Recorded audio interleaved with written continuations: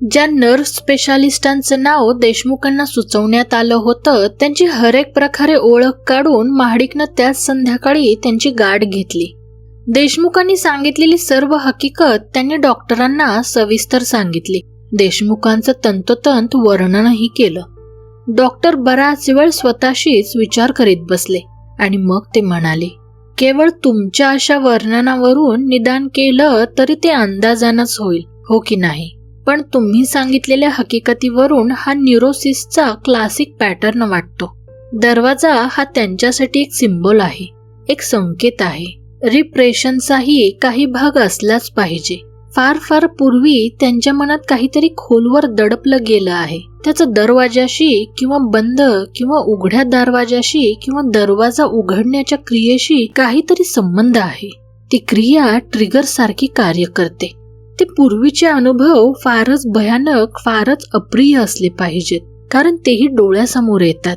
ते बदललेल्या संकेतात्मक स्वरूपात येतात. ही मनाची बचावाचीच एक क्रिया आहे.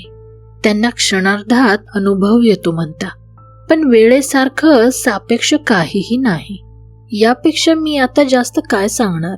त्यांचीच भेट घ्यायला हवी, अगदी खोलवर. आवश्यक वाटलं तर औषध किंवा हिप्नोसिस वापरून तपासणीही करायला हवी. आतला गुंता कुठं आहे हे आधी समजलं पाहिजे आणि मग त्यावर उपचार. त्यालाही दीर्घ कालावधी लागेल, पण ठीक आहे, त्यांना घेऊन तरी या. सोमवारी महाडिक देशमुखांना कॉलेजमध्ये भेटला. त्याच संध्याकाळची अपॉइंटमेंट त्यानं घेतली होती. तो स्वतः देशमुखांच्या बरोबर डॉक्टरांकडे जाणार होता. ते त्यानं देशमुखांना सांगितलं होतं. तेव्हा त्यांच्या चेहऱ्यावर सुटका आणि आशंका यांचा एक संमिश्र भाव पसरला. पण महाडिक आता या प्रकरणाचा शेवट पाहणार होता. त्याला एकाएकी जाणवलं होतं की ही एक मोठी अनोखी कथावस्तू योगायोगाने आपल्या हाती आली आहे. कथेचा मेन स्केलेटन तयार होता, आरंभ, मध्य, शेवट. आता या सांगाड्यावर तपशिलांचं मास चढवायचं बाकी होतं. तेवढी तीव्र कल्पनाशक्ती त्याच्यापाशी नक्कीच होती. महाडिक सिनिक होता अशातली मुळीच गोष्ट नव्हती. देशमुखांच्या मनातला गुंता सुटावा, त्यांना होणारे विलक्षण भयप्रद भास थांबावेत, त्यांच्या मनाभोवतालची ही तार तुटावीत अशी त्याची खरोखर मनापासून इच्छा होती. पण या सुटकेचं त्याला एक नाट्यपूर्ण स्पेक्टेकल करायचं होतं. तेव्हा देशमुखांचं हो नाही न ऐकता त्यानं संध्याकाळची अपॉइंटमेंट नक्की केली आणि त्यांचा निरोप घेता घेता तो अर्धवट थट्टेनं आणि अर्धवट गंभीरपणे म्हणाला, आणि देशमुख, तोपर्यंत तुम्ही आपली उघड्या दाराच्या खोलीतच बसा. महाडिक गेल्यावर देशमुख त्याच्या या शेवटच्या उद्गारांवर कितीतरी वेळ विचार करीत बसले होते. त्याच्यावर रागवण्यात काय अर्थ होता? क्षणभर त्यांना त्याचा विलक्षण राग आला होता. तो जे सत्य आहे तेच बोलत होता. कोणत्याही बंद दारापाशी गेलं की दार उघडण्याआधी त्यांना मनाचा खूप हिय्या करावा लागत नव्हता का? अशीच जर त्यांची घसरगुंडी होत राहिली तर एक वेळ अशी येईल की त्यांची भीती त्यांना आवरताच येणार नाही. दाराला स्पर्श करण्याची सुद्धा त्यांची हिंमत होणार नाही.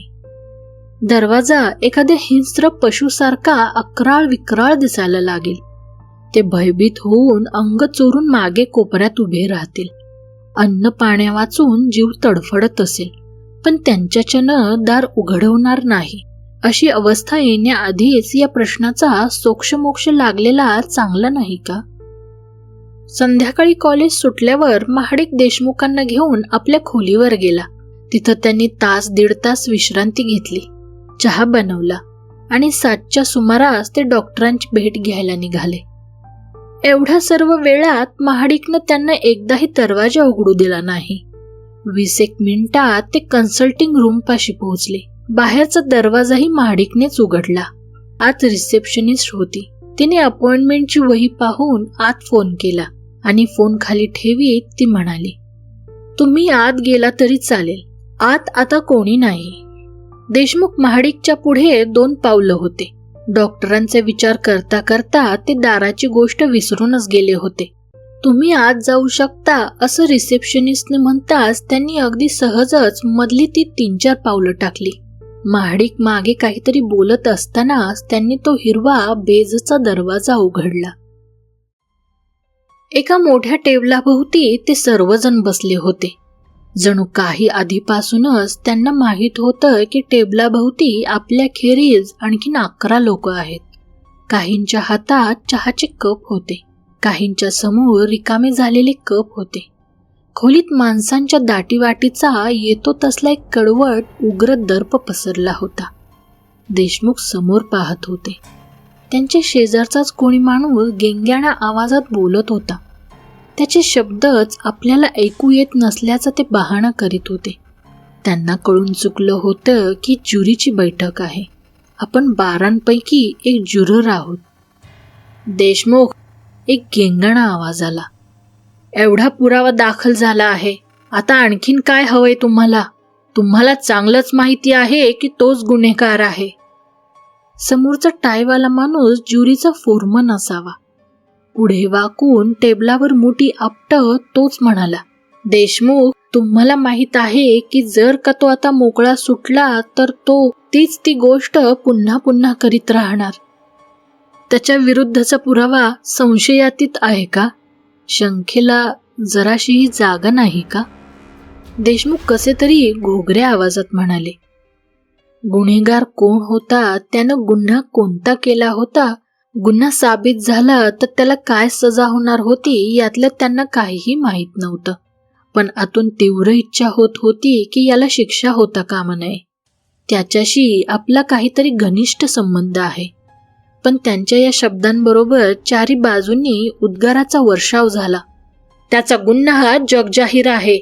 त्यानं गुन्हा कधीही नाकबूल केला नाही. तो गुन्हेगार नसता तरी ते दाखल झालाच नसता. शरीर बधीर होत आहे. पायांपासून वर मुंग्या येत आहेत असं देशमुखांना वाटायला लागलं. विलक्षण थकवा येत होता. विचारांत मग्न असल्याचा पवित्रा घेण्याच्या मिशानं त्यांनी टेबलावर कोपर टेकवले आणि हातान चेहरा झाकून डोळे मिटून घेतले.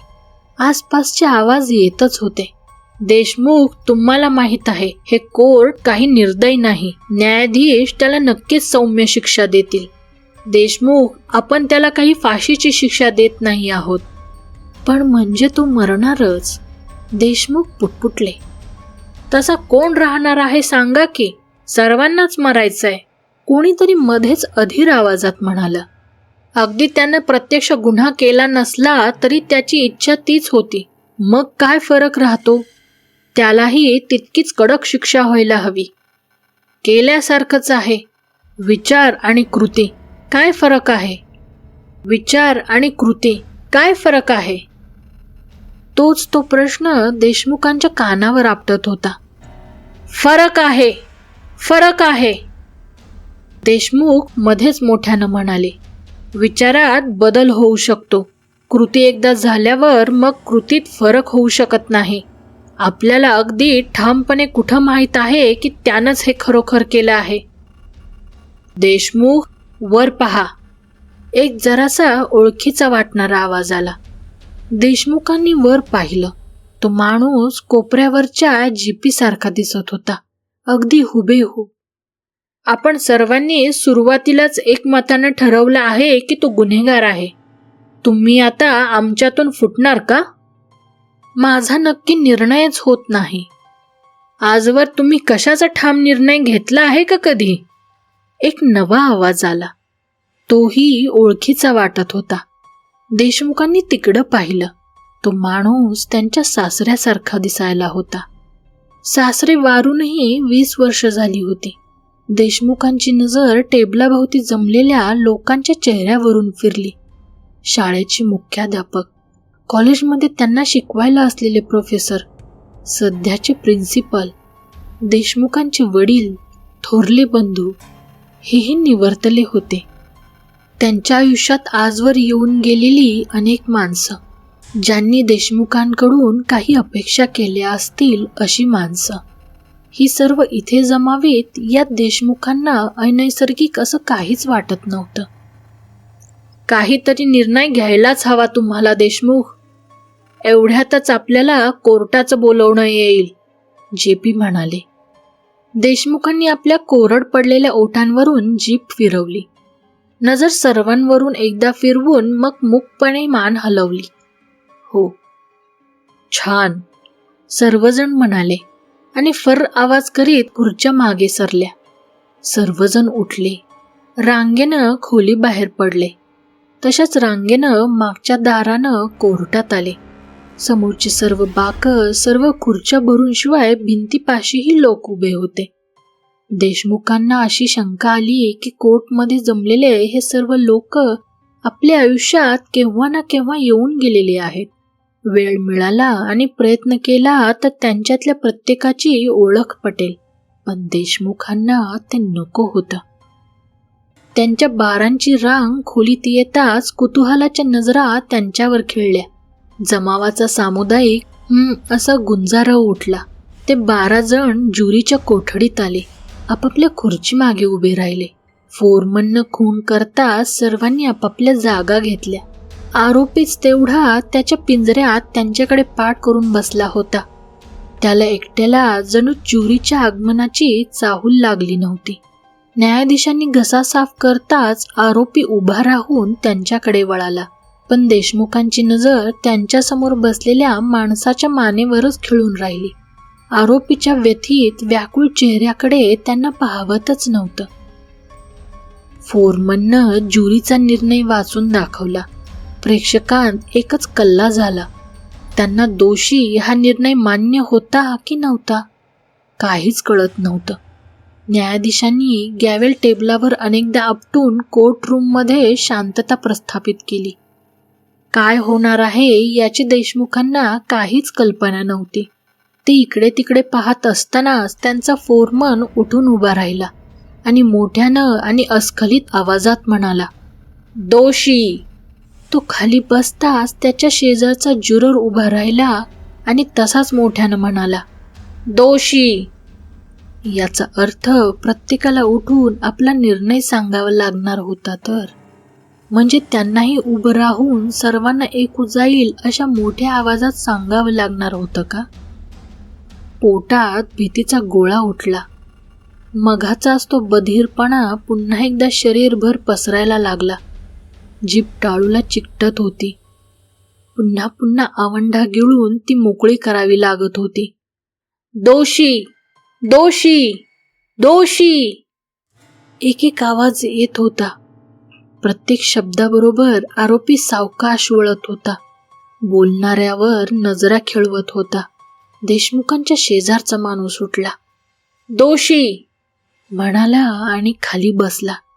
देशमुखांना उभं राहायचं होतं, पण स्नायूच काम करीत नव्हते. दोन्ही बाजूचे दोघेजण त्यांना डिवचत होते. हलक्या आवाजात सांगत होते, उठा. त्याच रांगेतलं पलीकडचं कोणीतरी म्हणालं, कबूल केलं आहेत हं, आता शब्द फिरवू नका. न्यायाधीशांनी घसा साफ करून उशिराबद्दलची आपली नाराजी दाखवली. देशमुख लटपटत्या पायांवर कसे तरी उभे राहिले आणि प्रथमच त्यांनी आरोपीचा चेहरा नीट पाहिला, पण तो चेहरा त्यांना नवा नव्हता, परिचित होता, चिरपरिचित होता. त्यांनी तो चेहरा आरशात, फोटोग्राफमध्ये आजवर लाखो वेळा पाहिला होता. तो त्यांचाच चेहरा होता, पण रिकामा, निर्विकार, एखाद्या मेणाच्या बाहुलीसारखा, एखाद्या दगडी पुतळ्यासारखा. त्यात कधी काही चैतन्य, अस्मिता, स्वत्व यांचा वासच झाला नसावासा वाटत होता. विरुद्ध प्रवाहाच्या तारा एकत्र मिसळल्या की स्फोट होतो, तसा त्यांच्या मेंदूत एक स्फोट झाला. ते काहीतरी किंचाळत उभे राहिले आणि ज्युरी बॉसच्या कठड्यावरून खाली उडी मारून मधल्या बोळातून समोरच्या प्रचंड दुहेरी दरवाजातून सुसाट वेगाने पळत बाहेर पडले. सर्व क्रिया इतक्या अनपेक्षित, इतक्या झटपट झाल्या होत्या की बहुधा कोणालाही काय होत आहे याची कल्पनाच आली नसावी. मागे पाठलागावर एखादी सैतानी पलटण लागल्यासारखे ते पळत होते, पण पुढे, बाजूला, मागेही सर्वत्र शांतता होती. पाठलागाचा, आरडा ओरडण्याचा काही आवाज नव्हता. सर्व रस्ते रिकामी होते. सर्वत्र शुकशुकाट होता. त्यांनी रस्ता ओलांडला, चौक ओलांडला, हमरस्ता गाठला. हमरस्ता या टोकापासून त्या टोकापर्यंत संपूर्ण रिकामा होता. का का का पावला पावला गणिक या एकाच प्रश्नाचा मेंदूवर आघात होत होता. त्यांच्यावर आरोप का? त्यांच्यावरच स्वतःला दोषी जाहीर करण्याची जबाबदारी का? असली कसली उरफटी व्यवस्था? त्यांनी कोणाचा काय अपराध केला होता? त्यांचा स्वभाव काय दुष्ट होता का? खुनशी होता का? त्यांचा फैसला करायचा असेल तर त्यांना अवश्य येऊ देत, त्यांना थांबवू देत, पण चांगल्या वाईटाचा निवाडा करण्याची जबाबदारी इतर कोणाला तरी घेऊ देत, त्यांच्या स्वतःवर नको. पण कुणीच येत कसं नव्हतं की या जगातली सर्वच माणसं त्या एका कोर्टरूममध्ये जमली होती. ते थकले होते. डोळ्यांसमोर अंधारी येत होती. छातीत आग पेटली होती. आधारासाठी ते बाजूच्या एका इमारतीकडे आले. फुटपाथला त्यांचा पाय अडखळला आणि कोलमडत झोकांड्या खात ते कसे तरी भिंतीपाशी पोहोचले. आधारासाठी पुढे केलेल्या हाताला दरवाजाची मूठ लागली. ती त्यांनी हातात घट्ट धरली आणि जळणाऱ्या छातीत भरभरून श्वास घेतला. डोळे किलकिले करून देशमुख समोर पाहत होते. 2 चित्र एकाच वेळी दिसत होती. दोन्ही अर्धवट दिसत होती. जणू काही त्यांचं जग 2 भागांत विभागलं होतं. एक बंद खोली, हिरवट रंगाच्या कापडाचा दरवाजा, एक रस्त्यावरचं घर, त्याच्या कडेच्या भिंतीतला जुनाट दरवाजा. जुन्या स्वप्नांसारख्या आठवणी परत येत होत्या. त्या हिरवट दरवाजामागे डॉक्टर होते. महाडिकही येईल. काहीतरी मलमपट्टी करून ते परत कॉलेजमध्ये रुजू होतील. पण त्यानं खरा प्रश्न सुटणार होता का? गोल गोल फिरत राहण्यानं त्यांची या घडीतून सुटका होणार होती का? कोर्टातला तो आरोपी त्यांना आठवला. त्यांच्यासारखाच हुबेहूब दिसणारा. कदाचित मागच्या, पुढच्या वा पर्यायी जगातला त्यांचाच एक प्रक्षेप. या अतिव ताणाखाली मेंदूची संवेदन क्षमता वाढत होती. जाणिवेच्या कक्षा विस्तारित होत्या. अनेक निरर्थक वाटलेल्या गोष्टी आपापल्या संदर्भात योग्य स्थानी बसत होत्या. तार अतिदाबाच्या प्रवाहाखाली तुटताना प्रखर प्रकाश निर्माण करते, तसा हा दाहक अभिज्ञानाचा क्षण होता. त्यांना दिसलेले दरवाजे एका अर्थी सांकेतिक होते, एका अर्थी खरेही होते. त्यांच्या सर्व आयुष्यभर त्यांनी मन बंदिस्त कोठडीत ठेवलं होतं. सहानुभूतीचे, मदतीचे, सहकार्याचे, सहवासाचे सर्व मार्ग बंद करून टाकले होते. खोलवर त्यांचा जीव इतरांच्या सहवासासाठी आसुसलेला होता. त्या ताणाखाली मनातले हे दरवाजे धडाधड उघडत होते. पण त्यामागे काय होतं त्यांनी लोकांना कधी ओळखलंच नव्हतं. कोणाला मदतीचा हात दिला नव्हता. न्यूनगंडाखाली सदा सर्वदा इतरांचा संशय घेतला होता. इतरांच्या सहवासापासून ते बिचकून मागे सरले होते. दरवाजामागच्या मनाच्या निर्मितीत आता तोच राग, द्वेष, भीती, संताप, उपेक्षा शतगुणित मात्रेने परावर्तित करीत होत्या. स्वतःला समोर जाऊन स्वतःचं खरं खुरं मूल्यमापन करण्याची, स्वतःला संपूर्ण ओळखण्याची ही वेळ होती, ही कसोटी होती. आता जर ते कचरून मागे सरले तर मग त्यांचा शेवट अटळ होता. कुठंतरी कानाकोपऱ्यात अंग चोरून बसून क्षणाक्षणाला भीत जीवावरचं साल उकलत आलेला अघोरी अंत. नाही, एकदा तरी त्यांना मनाचा मार्ग निवडू देत. त्यांनी ती हातातली दाराची मूठ सोडली. ते ताट उभे राहिले आणि मागे फिरले. अजूनही रस्ता रिकामाच होता. ते सर्वजण अजूनही त्या कोर्टरूम मध्येच थांबलेले असतील. कोर्टरूमचा दरवाजा मात्र अजून खुला होता. ते खूप लांबवर पळत आले होते. परतीचा मार्ग कठीण असणार होता, पण तोच एकमेव योग्य मार्ग होता. त्या मार्गावर त्यांनी पहिलं पाऊल टाकलं. त्या क्षणी त्यांना शांतता लाभली. कोर्टाची इमारत जवळजवळ आली. सर्वत्र प्रकाश होता. मोठ्या दुहेरी दरवाजा उघडा होता. आतला समुदाय तटस्थ होता. रंगीत बाहुल्यांसारखी सर्वांची तोंड दरवाजाकडे वळाली होती. ते इथून बाहेर पडल्याला इथं अजून सेकंदही उलटला नसेल आणि तिकडच्या त्या निरस रटाळ जगातही याहून जास्त वेळ उलटला नसेल. त्यांचा निर्णय होईपर्यंत त्यांचं सर्व जग एकाच आरीवर थांबलं होतं. त्यांनी आपला निर्णय घेतला होता. पायऱ्या चढून ते वर आले. ताठ मानेनं, अभिमानानं, आत्मविश्वासानं त्यांनी आत पाऊल टाकलं. बेजचा दरवाजा ढकलला जाताच डॉक्टरांची मान वर झाली. आत येणारा माणूस त्यांच्या परिचयाचा नव्हता, पण रिसेप्शनिस्टनं सांगितलं होतं त्या अर्थी महाडिकनं आणलेले हेच ते प्रोफेसर देशमुख असावेत असा त्यांनी तर्क केला. याच देशमुखांना दरवाजांची एक न्यूरोटिक धास्ती होती. डॉक्टरांनी मनाशी 1-2 उपपत्ती लावल्या होत्या. आता हे देशमुख आपल्या न्यूरोसिसचं प्रदर्शन कसं काय करतात हे पाहायला डॉक्टर उत्सुक होते. पण जे घडलं ते एकदमच अनपेक्षित होतं. दरवाजातून आत आलेले गृहस्थ झोकांड्या खात 2 पावलं पुढे आले आणि थांबले. त्यांचे डोळे विस्फारलेले होते आणि त्या डोळ्यात एक अवर्णनीय भाव होता. क्षणभर त्या चेहऱ्यावर विलक्षण समाधान झळकलं आणि मग एखादा दिवा मालवावा तसा त्या डोळ्यांतला प्रकाश मंदावला, विझला. चेहऱ्यावर मृत्यूची शांत छाया पसरली. डॉक्टर खुर्चीवरून उठण्याच्या आतच ते गृहस्थ मृतावस्थेत खाली कोसळले होते.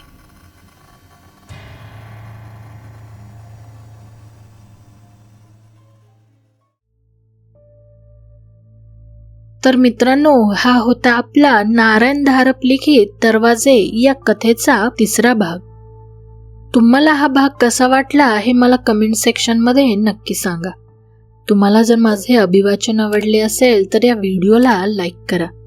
या कथेचे पहिले 2 भाग आपल्या चॅनलवर अवेलेबल आहेत. अजूनही ते ऐकले नसतील तर आपल्या चॅनलवर जाऊन ते तुम्ही ऐकू शकता.